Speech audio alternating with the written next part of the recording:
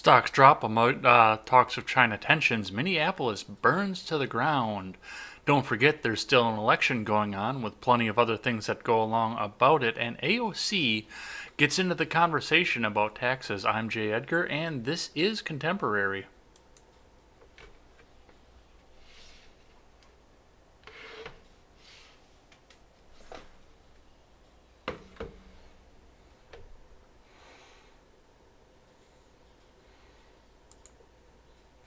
My God, folks, what a difference 24 hours makes. Well, 23 hours, because by the time we were done with all of this, it was actually pushing 9 already. So, my God, just when you thought it was safe to go out and be outside, you don't even want to think about everything else that's going on here. And I am deathly afraid to know what they're going to pull out when this doesn't go the way that they want it to go. So, jeez.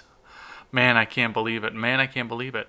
And the worst part of this is, and we'll talk about the Minneapolis thing as we go on and move into the news here, but the worst part of it is this is seemingly going the mainstream's way again.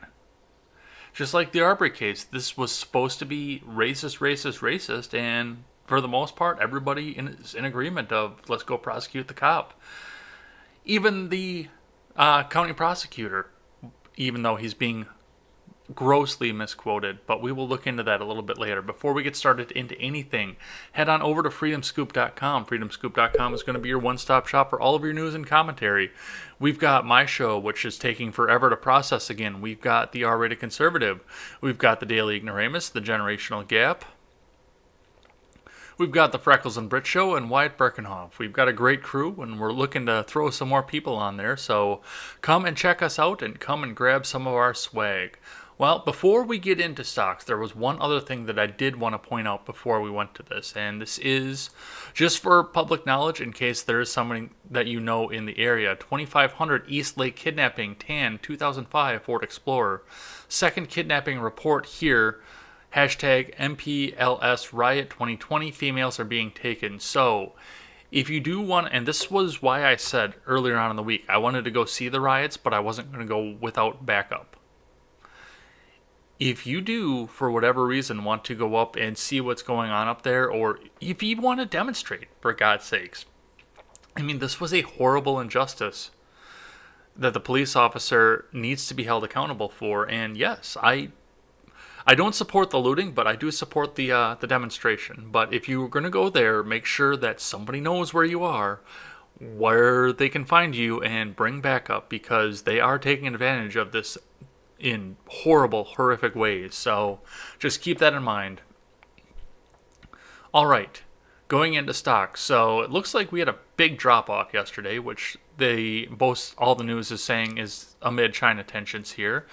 It's still up above 25,000, so I'm still looking at this as a good thing at this point, but it's something to watch, of course, and Trump keeps saying that dirty T word, so we will see what's going on there. But yeah, I mean, for the most part, this was a 3-day winning streak that just had a little bit of a tumble, so we'll see what's going on there. From Investors Business Daily, we will first read Dow Jones Futures coronavirus stock market rally awaits Trump-China news. Twitter feud escalates. Salesforce Zscaler lead earnings movers. This is from Ed Carson. Dow Jones Futures were a little changed early Friday, while S&P 500 futures and especially NASDAQ futures advanced. The coronavirus stock market rally erased strong gains as President Trump said he planned a Friday news conference on China as tensions rise. Meanwhile, Trump signed an executive order targeting social media firms, notably Facebook and Twitter. Hours later, Twitter said a new Trump tweet broke its rules by escalating violence. We will actually be reading that because I've got it up on the stack here. It's over here. So we'll see what that is.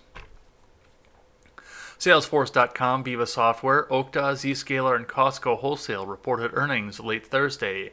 Salesforce stocks fell solidly overnight trade after briefly clearing a buy point intraday. Viva stock and Okta stock both extended from bases. Zscaler soared while Costco stock retreated. CRM stock is in the IBD long-term leaders watch list. Vive stock is on the IBD 50. Dow Jones Futures were flat versus fair value. S&P 500 futures advanced 0.2%. NASDAQ 100 futures climbed 0.8%. That suggests growth stocks are set to take the lead again after some wild intraday swings and some outperformance by real-world stocks this week. During the coronavirus stock market rally, Dow Jones Futures has been less volatile but are still prone to big moves. Remember that overnight action in Dow Futures, Salesforce stock, and elsewhere doesn't necessarily translate into actual trading in the next regular stock market session. So yeah, he wants to go to a trade war with China right now while everything is going in his favor, and well, we'll see what he says today, I guess. We'll talk about it on Monday on both shows. So yeah, let's keep an eye on that one here from CNBC. Dow falls for the first time in 3 days, drops 100 points on USChina Tensions. This is from Fred Imbert and Thomas Frank. Stocks closed lower on Thursday, erasing solid gains from earlier in the day after President Donald Trump said he would be giving a news conference Friday regarding China. The Dow Jones Industrial Average fell 147.63 points, or 0.6%, to 25,464. At its session high, the Dow Jones was up 210 points. Thursday's losses were Dow's first in 3 days. The S&P 500 slid 0.2% to 3,029.73, giving back a jump of 1.1%. The NASDAQ composite dropped 0.5% to 9,368.99. The NASDAQ and S&P 500 both snapped 3-day winning streaks. Whoa, I can read. Trump's announcement came after China's National People's Congress approved a national security bill for Hong Kong. The bill will bypass Hong Kong's legislature, raising concerns over the longevity of Hong Kong's one-party, two-systems principle, which allows additional freedoms mainland China does not have. If the Hong Kong response involves broad sanctions against individuals or entities, that would be a larger issue, and not something the market could easily dismiss, said Adam Crisafulli of Vital Knowledge in a note. Stock valuations are too high in general and leaves no room for error while investors aren't paying enough attention to rising U.S.-China tensions. No, they're paying attention to the fact that people are going out and buying stuff and they want a piece of that pie before everybody else gets it. What does the pigeon say? Remember, I can't play the video on Contemporary, obviously, because I'm having a hard enough time with YouTube going out and saying, copyright, copyright, copyright, copyright. But buy low, sell high, take your piece of the pie. That's the Wall Street way. All right, let's move on into news. So, starting out from Fox News. Minneapolis 3rd Precinct police station set on fire after rioters break in. Let's read the author, because he worked hard on that. This is from Dom Colicchio. The 3rd Precinct police station in Minneapolis was set ablaze Thursday night as violent protests continued in the city and other cities around the U.S. following Monday's death of George Floyd, a black man who died while in police custody. In response, more than 500 members of the National Guard were heading to the Twin Cities region, called in by Governor Tim Walz, the Star Tribune of Minneapolis reported. Rioters broke into the precinct around 10 p.m. local time after police on the rooftop previously tried to disperse a gathering crowd using flashbang shots and tear gas, according to reports. The rioters entered the building and sparked the fire after police officers on the roof were rescued by helicopters, reports said. A short time later, officials warned the rioters that the risk of an explosion existed at the site because of unconfirmed reports that a gas line may have been cut.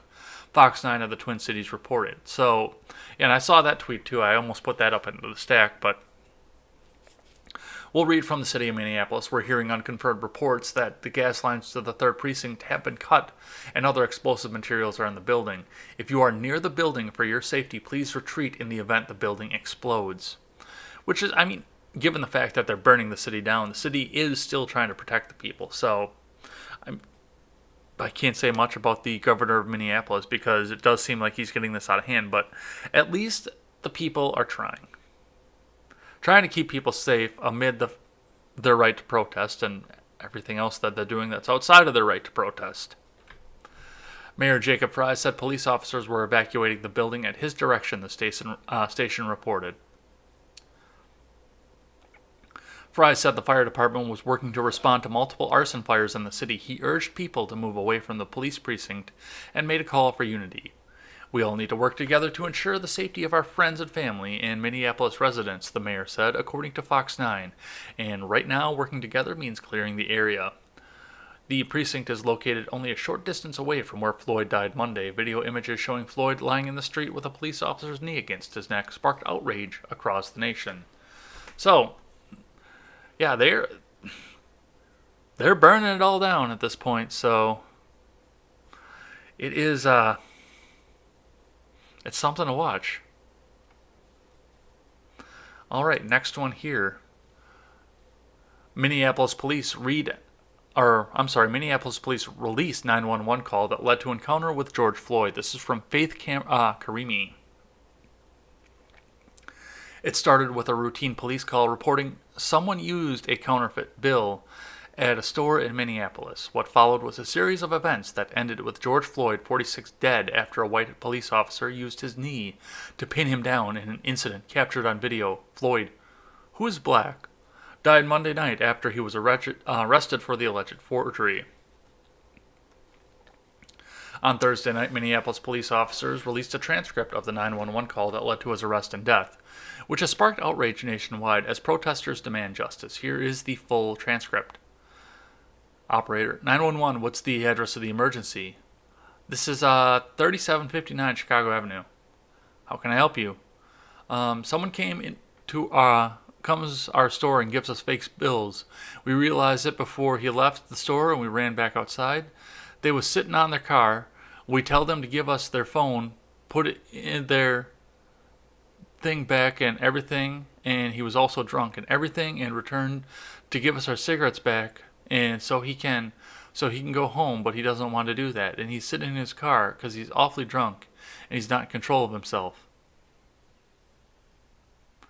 Okay, what type of vehicle does he have? And he's got a vehicle that is 1 second, let me see if I can see the license.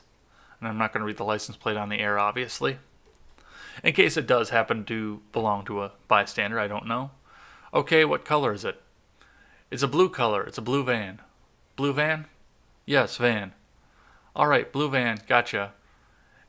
Is it out front or is it on 38th Street? It's on 38th Street. On 38th Street. So this guy gave a counterfeit bill, has your cigarettes, and he's under the influence of something. Something like that, yes. He's not acting right. What's he look like? What race? He's a tall guy. He's tall and bald. About like 6'6.5". And she's not acting right, so she started to drive the car. Okay, so female or male? Is it a girl or a boy? He's asking, 1 second. Is it a girl or boy who did this? It is a man. Okay, is he white, black, native, Hispanic, or Asian? Something like that. Which one? White, black, native, Hispanic, or Asian? No, he's a black guy. Alright. And then they actually have the conversation while the police go back up. So, I mean, that's the call. And, okay, yes, he was drunk at this point, but once again, counterfeiting does seem to be a pretty heavy price, or death seems to be a pretty heavy price to pay for counterfeiting. I'm not going to lie. But there's more to this, and we're going to talk a bit about that as we go along. But yeah, that is the call that went along with this. All right, next one here from the Daily Wire. Democrat Amy Klobuchar declined to prosecute a cop at the center of George Floyd death after previous conduct complaints, report says. Democrat Senator Amy Klobuchar declined to prosecute the police officer who was at the center of the death of George Floyd over previous conduct complaints, while she was the prosecutor in Hennepin County, which includes most of Minneapolis, according to a report from The Guardian. Floyd died on Monday after an arrest that involved 4 Minneapolis police officers. One of the officers, Derek Chauvin, appeared to have his knee on Floyd's neck, while Floyd said that he could not breathe. Between 1999 and 2007, Klobuchar, the state's top prosecutor, declined to press charges against more than a dozen officers accused of killing civilians, the Guardian reported. In 2006, Chauvin was one of several officers involved in the shooting death of a man who stabbed others before turning on police. Klobuchar did not prosecute, and instead the case went to a grand jury that declined to charge the officers with wrongdoing in 2008. WXII 12 News reported that Chauvin had 18 prior complaints filed against him with the Minneapolis Police Department's internal affairs. That is something to take note of as we go along with this. Klobuchar is reportedly being considered as a potential vice presidential pick for presumptive Democratic nominee Joe Biden, who first came under fire last week after saying on The Breakfast Club that if you have a problem figuring out whether you're for me or Trump, then you ain't black. Klobuchar's record as a prosecutor came under fire while she was campaigning for president earlier this year. The AP reportedly uncovered new evidence in an investigation into the death of an 11-year-old girl who was killed by a stray bullet while she was at home. The senator has repeatedly highlighted Mr. Burrell's conviction in the 2002 case in which an 11-year-old girl was killed by a stray bullet as evidence of her history of being tough on crime and seeking justice for African American communities shaken by gun violence. New York Times reported, but the AP article quoted one of Mr. Burrell's co-defendants as saying he was in fact the gunman responsible for the murder of the girl. Taisha Edwards, Mr. Burrell, the AP reported, has insisted that he is innocent and has rejected all plea deals. This changes a few things, especially given the fact that, yes, there were several complaints with NIA for this. Of course, the attorneys are talking about this, and we'll actually talk about that. We'll listen to that video here in just a second. It's being taken wildly out of context, I will say that, but yes, absolutely. There was a lot going on here, and this possibly didn't have to happen. All right, the next one here is going to be the video from the prosecutor in, I believe it's Hennepin County. Yep, a Hennepin County attorney is coming up next here. So let me get your headphones on, we'll get mine on, and we'll listen to this about 2-minute video here.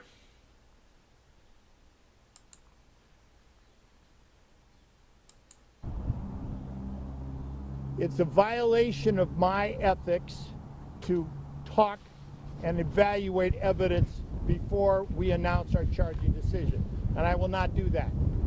I will say this, that video is graphic and horrific and terrible, and no person should do that. But my job in the end is to prove that he violated a criminal statute, and there is other evidence that does not support a criminal charge. We need to wade through all of that evidence and to come through with a meaningful determination, and we are doing that to the best of our ability. Okay. Just say. When it comes to the African American community, and we're here, a lot of us came down to actually call for peace. You guys are asking for them to be patient. They're saying that there was no patience when it came to George Floyd, when he begged and pleaded for his life.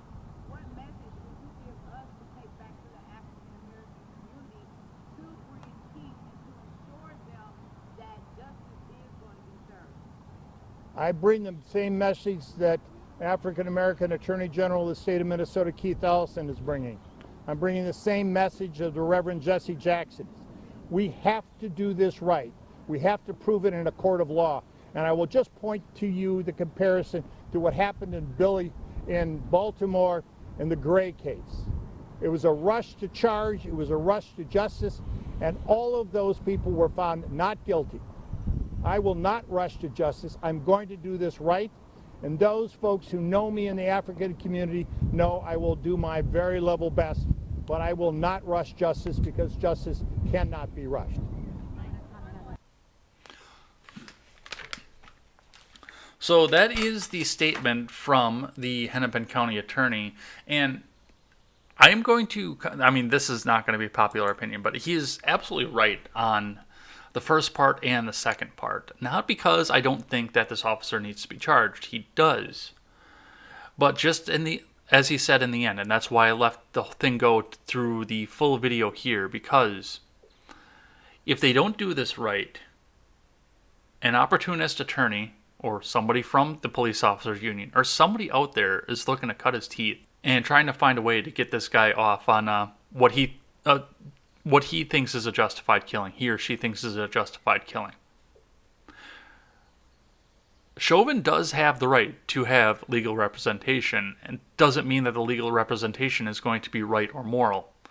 So if they don't go through this perfectly, make sure they have all the facts, all the details, there's a chance that this man, who all of us can probably agree murdered this guy, could go free on a technicality or be found not guilty on a technicality. So yes, I do believe that Chauvin needs to be charged, but they need to make sure that they've got the right charge against him so that there's no chance that he walks free.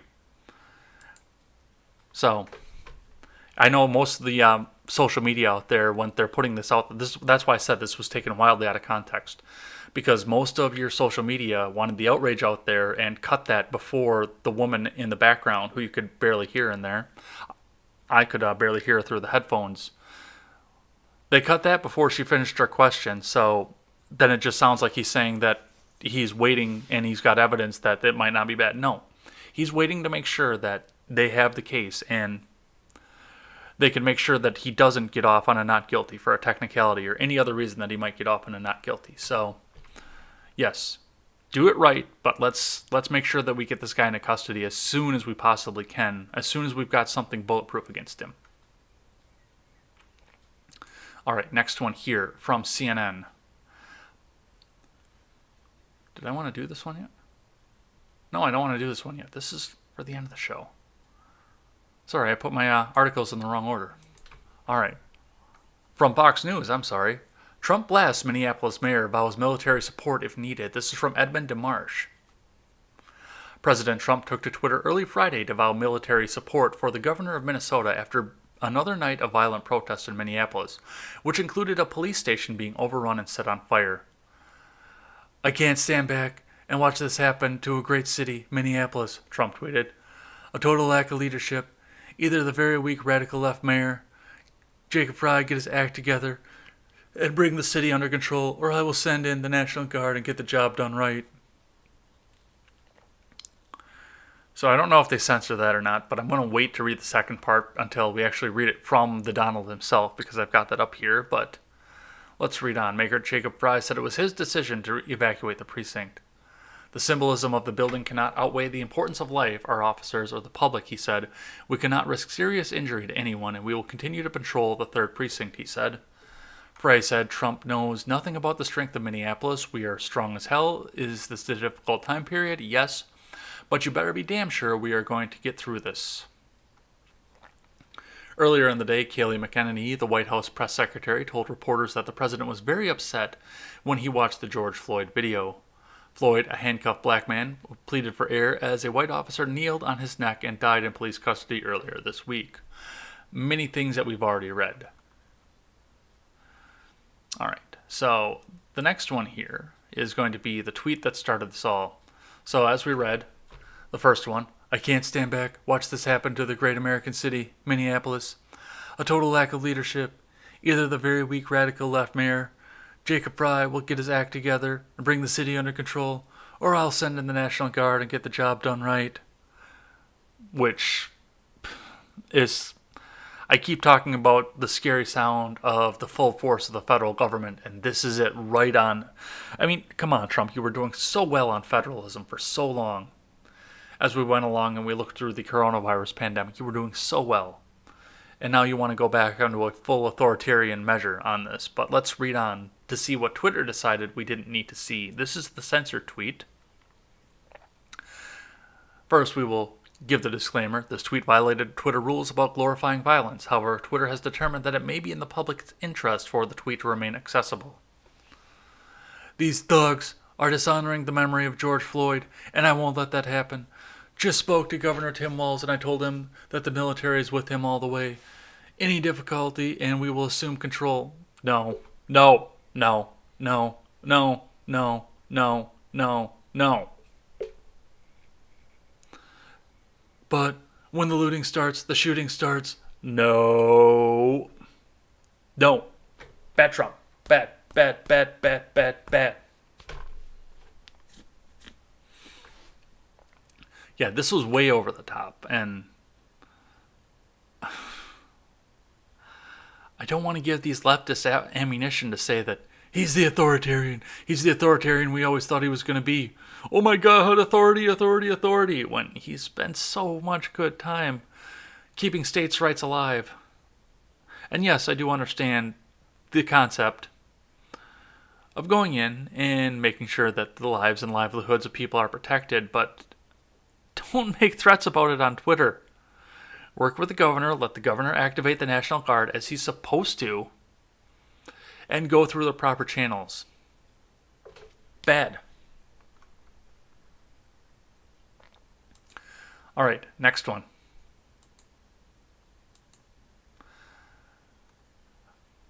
Also, on the tweet story, this is from Fox. Twitter censors Trump's Minneapolis tweet for glorifying violence. This is from Joseph A. Wolfson. Twitter has once again taken action against President Trump, this time censoring a tweet for glorifying violence in his late-night response to the ongoing violence in Minneapolis. Trump said he couldn't not just watch the city be overwhelmed by the unrest over the death of George Floyd. We're not going to read this tweet a third time. And the second tweet, of course, is the continuation.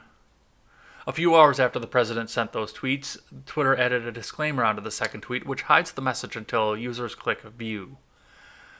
This tweet violated Twitter's rules about glorifying violence. Yeah, we read that too. Trump fired back at Twitter on Friday. Twitter is doing nothing about all the lies and propaganda being put out by China or the radical left Democratic Party, but they have targeted Republicans, conservatives, and the President of the United States. Section 230 should be revoked by Congress. Until then, it will be regulated. Yeah, I didn't even get that up. No, did I get that up here? No, I didn't even get... Yeah, I did. I was going to say, yeah, I do have something on the stack about the executive order too, but of course that got swallowed up by the fact that they burned down the police station. Critics on Twitter said Trump's comments had racial undertones and said the term "when the looting starts, the shooting starts" can be traced back to a Miami police chief, Walter Headley, in 1967 as a threat to black protesters during the civil rights movement. Little hint there, that doesn't make it right. When asked for comment, Twitter pointed to a thread explaining the decision. This tweet violates our policies regarding the glorification of violence based on the historical context of the last line, its connection to violence, and the risk it could inspire similar actions today, Twitter.com wrote. We've taken the action in the interest of preventing others from being inspired to commit violent acts, but we have kept the tweet on Twitter because it's important that the public still be able to see the tweet given its relevance to the ongoing matters of public importance, which is an absolute cop-out. So, I mean, we're going to be looking at this for probably the rest of the election cycle. And the only thing that I do have to say for this is, hey, Donald, there's such a thing called mines. Maybe want to have a look at that because this is going to keep going through the rest of the election. And that goes for all of the rest of the GOP, Libertarian, and Republican, and even some of the Democrat politicians. Twitter's going to censor you when you say something that you don't like, and Minds isn't, so hey, maybe you should go check that out. This is not a paid promotion for Minds. I wish. Alright, I've got a couple here from the Daily Wire back to back. Watch, CNN reporters arrested on live television during Minneapolis riots. This is from Daily Wire News. A group of CNN reporters were arrested on live television early on Friday morning while they were covering the riots in Minneapolis, which were sparked by the death of George Floyd earlier this week. CNN Communications released a statement demanding that law enforcement release their reporters. A CNN reporter and his production team were arrested this morning in Minneapolis for doing their jobs, despite identifying themselves a clear violation of the First Amendment rights. The authorities in Minnesota, including the governor, must release the 3 CNN employees immediately. So, yeah, and they're out. They got sprung. I saw that later on in the morning, but yeah. I don't know what the charges were on this, but yeah, the CNN reporters all got arrested for covering all this, and I think that's just a little bit funny. I mean, yes, CNN's in the right. That is a violation of the First Amendment, but I mean, usually the government is coming down on the right-wing media. All right, let's talk about this executive order here. Trump signs executive order taking action on social media bias. We can't let this continue to happen. This is from Ryan Saavedra. President Donald Trump took action against social media companies on Thursday after repeated instances of bias against conservatives, signing an executive order that seeks to change a federal law that shields companies from being sued or held liable for content that is posted on their sites by users. The 20-year-old law in question is Section 230, which is heralded by tech giants because of the legal protections that it provides. The order that Trump signed in the Oval Office urges the Federal Communications Commission to re-examine the extent to which Section 230 protects social media companies from liability. The order also seeks to channel complaints about the political bias to the Federal Trade Commission, an agency that the White House has asked to probe whether tech companies' content moderation policies are in keeping with the pledges of neutrality, the Washington Post reported. The order additionally created a council in cooperation with the state attorneys general to probe allegations of censorship on political views, and it tasked federal agencies with reviewing their spending on social media advertising. While it is not clear how the executive order will play out, the Post notes that it could set the stage for federal regulators to write new rules and issue new punishments for companies deemed to exhibit political bias. During the signing of the executive order, Trump told reporters a small handful of powerful social media monopolies controls a vast portion of all public and private communications in the United States, and we know what they are. They have had unchecked power to censor, restrict, edit, shape, hide, alter virtually any form of communication between private citizens or large public audiences, Trump continued. There's no precedent in American history for so small a number of corporations to control so large a sphere of human interaction. And that includes individual people controlling vast amounts of territory. And we can't allow that to happen, especially when they go about doing what they're doing because they're doing things incorrectly. The choices Twitter makes, what it chooses to suppress, edit, blacklist, shadow ban, are editorial decisions, pure and simple, Trump added. They're editorial decisions. In those moments, Twitter ceases to be a neutral public platform, and they become an editor with a viewpoint. And I think that we can say about the others also. One egregious example is when they're trying to silence views that they disagree with by selectively applying a fact check, F-A-C-T, fact check. What they choose to fact check and what they choose to ignore or even promote is nothing more than political activism or group or political activism, and it's appropriate. So the EO is in place now, and I know Charlie Kirk was over on Twitter and Instagram and everywhere else that people would actually listen to him saying that, oh, well, this makes Twitter a publisher now, not a platform, and this is a great victory for everything, and this and that and the next thing, so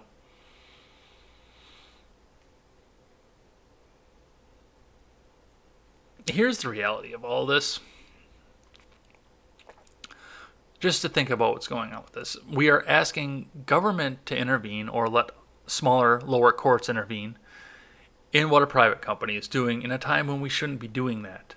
And yes, I understand the president loves to use Twitter, and so many government agencies are on Twitter and Facebook and everything else. And that's part of why Zuckerberg dropped down to his knees to try and get on the president's good side, so he could try to avoid some of this as well. But what they never tell you, of course, is the fact that there's not just Twitter, and I mentioned that in the last segment.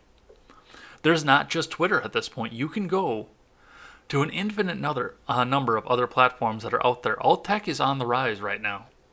I know Facebook and Twitter used to be alt tech, but they were alternatives to the mainstream media. Your Fox News, your CNN, your MSNBC, ABC, CBS, and all the other big names out there. They were the alternatives, but they became mainstream when so many people started using them. But now we have a new alt tech revolution out there where we can go to Minds and Gab.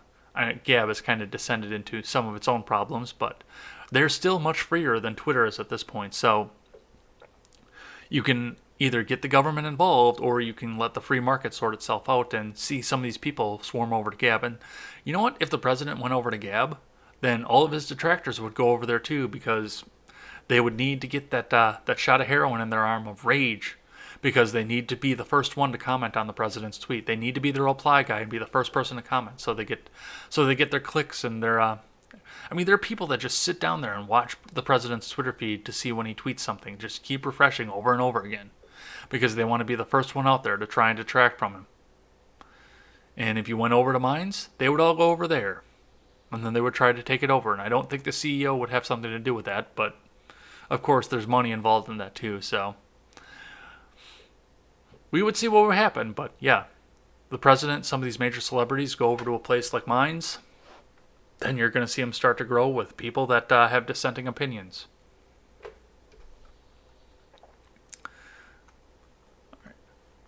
So we've got just a few more here that we want to talk about here. One is going to be from my neck of the woods. The Wisconsin State Fair tweeted out yesterday, for the safety of fairgoers, staff, vendors, entertainers, exhibitors, sponsors, suppliers, and the broader community, the 2020 Wisconsin State Fair has been canceled. Which is sad. How can we not have a Wisconsin State Fair here? Where am I going to go get my deep fried butter? I've been looking forward to that all year. And all the other fun stuff that goes along with the state fair. But this is the decision that they made, and I'm sad about it. And I think it's a little bit over the top, but it's a private organization. Okay, there's state government funding to it, but for the most part, it's a private organization. They can do what they feel is the safest, and we'll go to fairs elsewhere, unfortunately. But, well, maybe not. Because Illinois is probably a little bit more draconian. Maybe we'll go to Iowa. Iowa seems like they got their shit together. But, Godspeed in your decision, Wisconsin State Fair. I do hope you reverse it or delay the State Fair, and we will see you next time. All right, from the Daily Beast. Eric Swalwell, Trump's top spies aren't telling the truth about Russia. This is from the Daily Beast, apparently. Representative Eric Swalwell doesn't want to talk too much about his short-lived presidential run, but he does have a lot to say about Russia. Representative Devin Nunes' first peek at power, and of course, President Donald Trump's impeachment. In episode 10 of the new Abnormal The Daily Beast podcast for World Gone Off the Rails, Swalwell told co-hosts Molly Jong Fast and Rick Wilson that he's afraid America's intelligence chiefs aren't telling him the truth about what Russia is doing to sabotage election 2020. So Swalwell is going to just keep going down, and that's the reason that I put this in here. Not because there's actually any reasonable news in this, or that this is in any way green check verified. I just wanted to put it out there that they are going to go down this rabbit hole again. They're going to go down this conspiracy theory to say that it's Russia, Russia, Russia, because the last one was Russia, Russia, Russia, and they're just going to keep going down the same thing. Eric Swalwell did not fart on camera in this particular podcast, though, so Swalwell offered BS-free assessments of the Mueller probe, Trump got his way, and we lost, and impeachment, telling Rick and Molly, I don't think we would have moved forward with the impeachment if we were in a pandemic. We would have just realized that the priority has to be healthcare and getting this economy back up. That is bullshit. Because they're already talking about another impeachment during the pandemic. They're putting the oversight panel up so they can try and do the impeachment again. Swalwell also came clean about his quarantine beard, his blink and you'd miss it presidential run, and the ankle monitor Donald Trump needs. So, yep, this is Swalwell going out and running his mouth about something that has no verification and any sort of realism. And I hope that the voters of his California district hold him accountable for it. All right, next one from CNN. A little bit of foreign news. Pompeo says Hong Kong is no longer autonomous from China, jeopardizing billions of dollars in trade. This is from Jennifer Hansler, Nicole Gowett, and Kylie Atwood over at CNN. Secretary of State Mike Pompeo said he's certified to Congress Wednesday that Hong Kong no longer enjoys a high degree of autonomy from China, a decision that could result in the loss of Hong Kong's special trading status with the U.S. and threaten its standing as an international financial hub. President Donald Trump and Congress will decide what actions to take as a result of certification, which comes at a time of increased tensions with Beijing as the two countries trade barbs over the coronavirus pandemic. Ending a special trading relationship that has existed for decades would carry costs for American businesses, rattle an already fragile global economy, and hurt Hong Kong more than China, experts warn. The State Department has required the Hong Kong Policy Act to assess the autonomy of territory from China. After careful study of developments over the reporting period, I certified to Congress today that Hong Kong does not continue to warrant treatment under United States laws in the same manner as U.S. laws were applied to Hong Kong before July of 1997. He said in a statement, "No reasonable person can assert today that Hong Kong maintains a high degree of autonomy from China given our facts on the ground. Under the one country, two systems policy, Hong Kong retained limited democracy and civil liberties, despite being under Beijing's control." Mike, I don't know about this. I don't know about this, Mr. Pompeo. You are turning your back on a pretty staunch ally to our country. And in a way that doesn't mean military action like we do over in the Middle East. These people want to trade with us, love trading with us, love our American system, and look to us for guidance. I would tread lightly on this. And yes, I do understand the fact that Beijing is cracking down on Hong Kong, on the small former nation, but I would not turn your back on people that love you either, especially in today's world stage. Last year, Congress passed and Trump signed into law the Hong Kong Human Rights and Democracy Act in support of the region's pro-democracy protesters. Under that law, the U.S. must annually verify to Congress that Hong Kong remains autonomous from China, or it risks losing its special status. Pompeo's decision comes after Beijing introduced controversial national security legislation for Hong Kong, legislation that he again denounced in Wednesday's statement as a disastrous decision. Last week, the top U.S. diplomat warned that the passage of the legislation would be a death knell for Hong Kong's autonomy. Yeah, no, I understand that, and I understand that Beijing is coming out here and pretty much taking control of Hong Kong by force, but once again, Hong Kong wants to trade with us fairly and freely, with low tariffs, and they want to give us good stuff. Don't punish the people of Hong Kong for the idiocy and the tyranny of Beijing. That's all that I have to say on that. All right. 3 more here, and then we will read the names of everybody who chatted today and throughout the week, except for Tuesday because I forgot to write it down.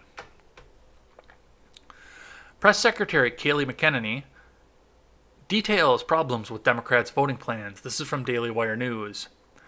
White House Press Secretary Kelly McKenna laid out the reasons that the Trump administration is against mass-scale mail-in voting for the upcoming elections in November, which the Democratic Party wants, by specifically highlighting examples of voter fraud that have occurred in the past. First, I want to note that there was a Pew study done that shows that there's plenty of reason to believe that in the mass mail-in system, that there's fraud, McKenna told reporters during a White House press briefing on Thursday. They estimated that approximately 24 million, 1 out of every 8 voters registered in the U.S., are no longer valid or are significantly inaccurate. So these are people who are on voter registrations that have not been maintained and they have not been kept up. More than 1.8 million have been deceased, they estimate. Yeah, that was part of the thing with Dan Kelly out there, over here in Wisconsin, because they actually had the decision to purge the voter rolls and force the purge of the voter rolls because of things like this. Because they never maintain or purge their voter rolls. I stand by this completely. Voter rolls should be purged after every national election. Every other year, once we get done with either the House races, or House and Senate races, I should say, or the presidential race. Clear out those voter rolls and start again. And yeah, if you want to wait between the primaries, special elections, and everything else, that's fine. But every other year, clear those out because people move, die, or otherwise, just like McKenna said. And then when you look and drill down into some of the examples that we've seen in states, Nevada I read about this last week, and it just really struck me as a perfect example of what the president is concerned about with mail-in ballots, and the fraud that could be inherent with that, McKenna continued. There were ballots because Nevada mass mailed them out to voter rolls that were piling up in apartment complexes, outside of apartment complexes in Las Vegas, sitting around in trash cans. This is how we're protecting ballots? It's extraordinary. Postal workers, a 36-year-old veteran carrier, said she's never seen anything like the influx of absentee ballots. All of the people had moved or died when she set out to deliver on her first delivery route. And this happened just recently, McKenna continued. You can go read the articles from last week. She found 65 ballots of people who had moved or died. On her second carry, 100. And then as the week progressed, thousands just sitting in crates. I mean, this is extraordinary. This is not how we should be protecting U.S. ballots. In South Carolina, the Democrats, sued to force a rush transfer of mail-in voting. And this happened again recently. I think it was last week, and mail-in ballots for South Carolina turned up in Maryland. McKenna continued, "There's another example of 700 suspicious mail-in ballots in Dallas and an individual charged with second-degree felony, illegal voting, and he's accused of visiting a woman in April to collect her blank absentee ballot, filling it out, and forging her signature. I mean, this is extraordinary." Not to mention the story that we read yesterday of the guy in, I believe it was West Virginia, who changed the ballots from Democrat to Republican and got charged for that too. I mean, it happens. We read this on the news, and McKenna has brought us forward more news. So, yeah, if you want to vote absentee, you have the right to request it. But just to send them out in mass like this there's probably something wrong with that. But unfortunately, on the federal level, they can't do anything about it because of Article 2, Section 1. So the people who live in these states do need to take the time and lean on their state governments to make sure that everything is going according to the laws that they put in place, not an executive order, that there's actually legislation that's passed, and that everything is kosher. You need to hold your politicians responsible or they will take the power away from you. All right, two more. From Fox, Biden's head-turning comments on Asians resurface amid former VP's attacks on Trump's xenophobia. From Greg Ree, Republicans are highlighting Joe Biden's past head-turning comments concerning Asian Americans after former Vice President co-authored an op-ed this week accusing President Trump of needlessly and cruelly scapegoating foreigners during the coronavirus pandemic. Earlier this year, the former Vice President hit Trump for xenophobia within hours of his January ban on most travel from China.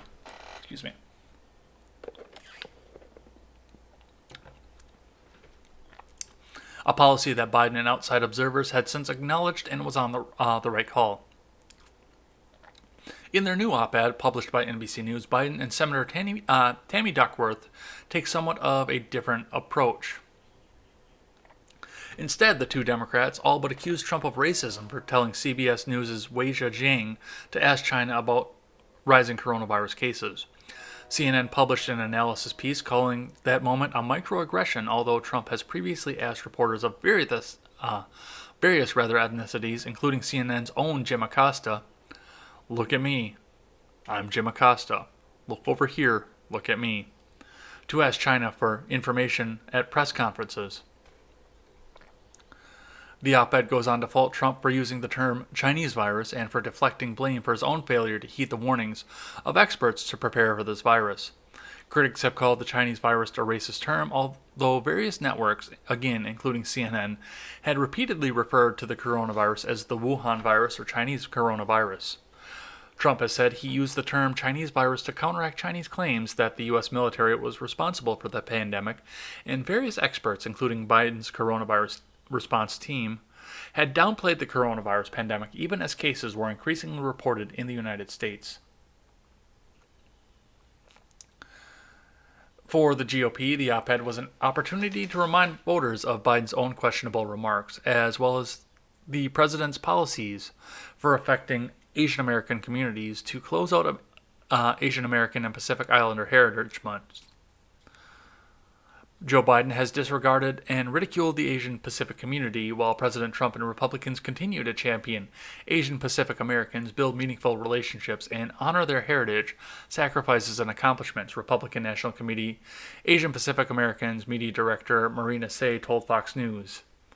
Biden publicly claimed during a campaign stop in 2019, for example, that xenophobia keeps Japanese women employed. "You cannot succeed in a country if you leave more than half your brainpower on the sidelines," Biden said in South Carolina. "Japan is in a position where traditionally women are as well educated as men, but the tradition was, once they had a child, they were to drop out of the job market.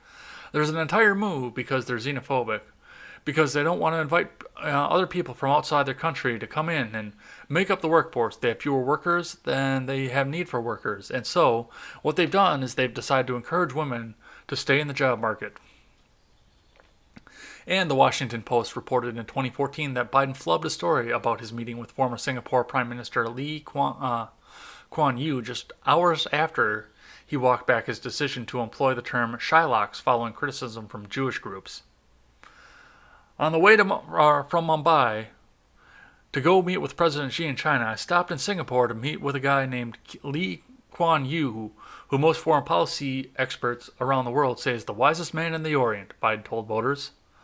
The use of the term Orient enraged some Asian Americans on social media, the Post reported. So, yeah, I mean, he comes from an older time. I'll give him that. But if he's going to champion these progressive causes and try and court the progressive voters, he is going to have to reevaluate everything that he learned in the 60s. So, yeah, he can call somebody racist that's almost as old as he is, but, I mean, Trump is not coming out and saying these outright racial slurs, and Biden is.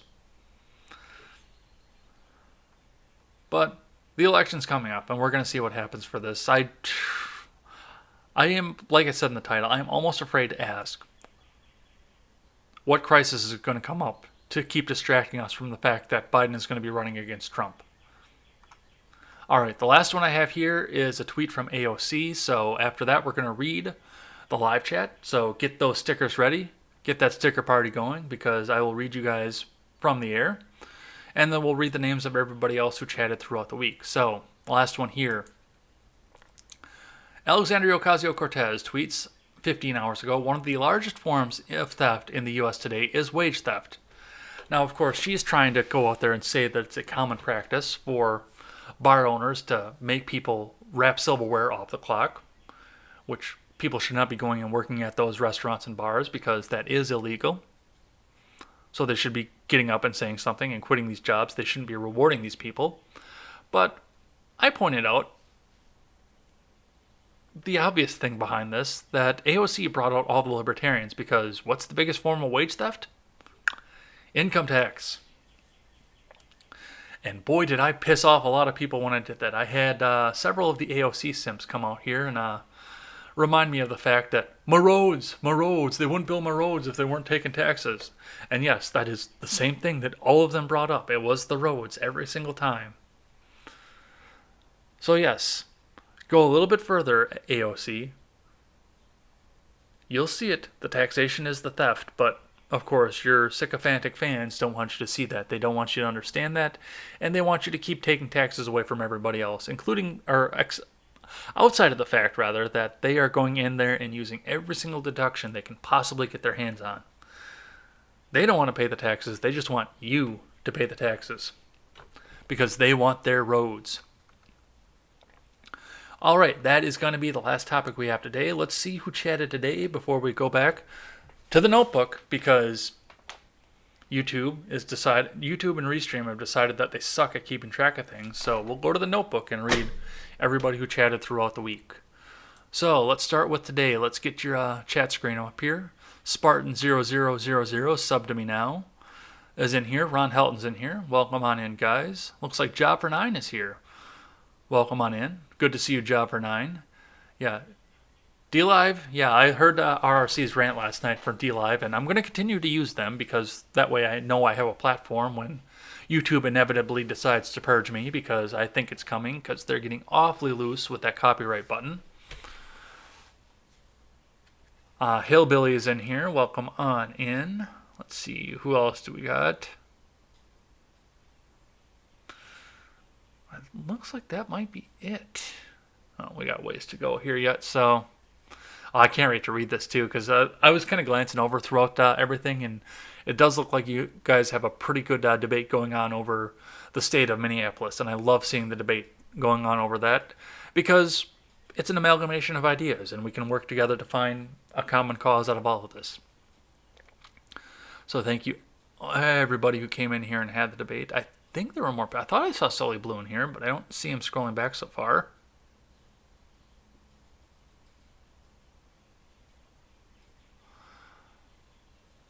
I thought I saw Seawall in here too, but I don't see him anymore either. I hope Restream isn't deleting people. Oh yeah, there's Seawall right there. And yeah, Sully blew right up in the beginning. So yeah, thanks guys for coming in and chatting for the day. Let's see who chatted throughout the rest of the week. Thursday, we had a pretty busy day with a lot of new people in here, including a few detractors. So thanks for coming in and giving me the hate views. You're very welcome. You're always welcome to come in and give me a hate view. You're always welcome for that. Get in, have the discussion, and have the debate, and see if you stand up against my live audience. Thursday, we had Sully Blue, Ron Helton, Tay Fun Kirker, Stephen Barkus, Seawall 728, Jewish Bastard, Achilles Torres, and Hans Klug.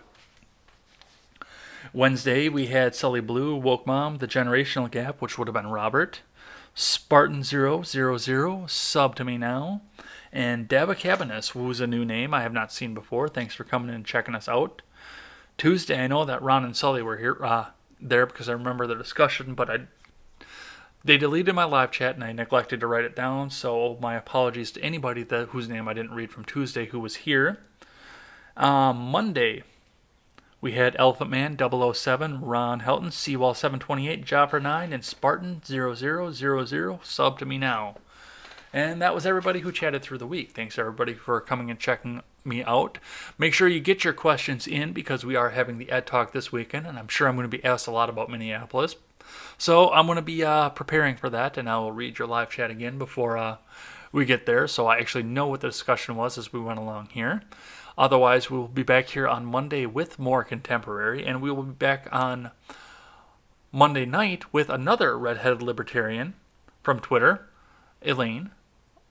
So we will come and check that out. That's going to be another good discussion, I think, because we've got a lot of news to talk about. And we will be back here on Tuesday for more Ed's World Gaming. And the following week, there are going to be some changes because my vacation actually switched. So the following week, it looks like I will have a guest host for Ed's World and possibly a guest host for Contemporary a couple days in the following week. I'm going to work as hard as I can to make sure I can do Contemporary from where I am every morning, but there are going to be a couple mornings that I can't. So Jessica Green will be covering Contemporary. Treat her better than you would treat me, but go ahead and come in and check her out as well. But we'll be back here next week for sure, so come and check us out. Until then, I am Jay Edgar, and this is Contemporary.